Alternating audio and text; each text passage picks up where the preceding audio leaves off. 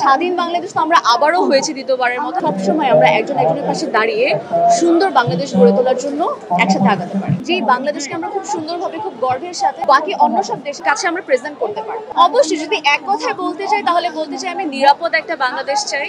স্বাধীন বাংলাদেশ তো আমরা আবারও হয়েছে দ্বিতীয়বারের মতো, কিন্তু এখন আমরা নিরাপদ বাংলাদেশ চাই, আমরা সুন্দর বাংলাদেশ চাই এবং আমরা এমন বাংলাদেশ চাই যেই বাংলাদেশকে আমরা খুব সুন্দরভাবে খুব গর্বের সাথে সবার বাকি অন্য সব দেশের সাথে কাছে আমরা প্রেজেন্ট করতে পারি। সো এরকম একটা বাংলাদেশ চাই।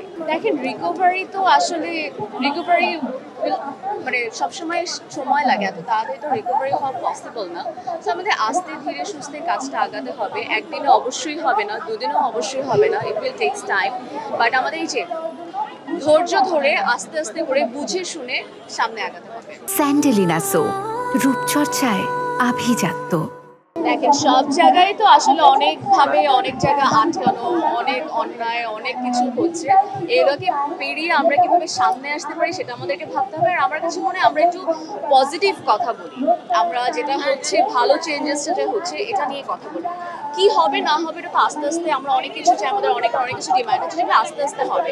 যেটা ভালো হচ্ছে আমরা সেটা নিয়ে কথা বলি। তবে কিন্তু ওয়ান লাইনার অ্যান্সার নেই।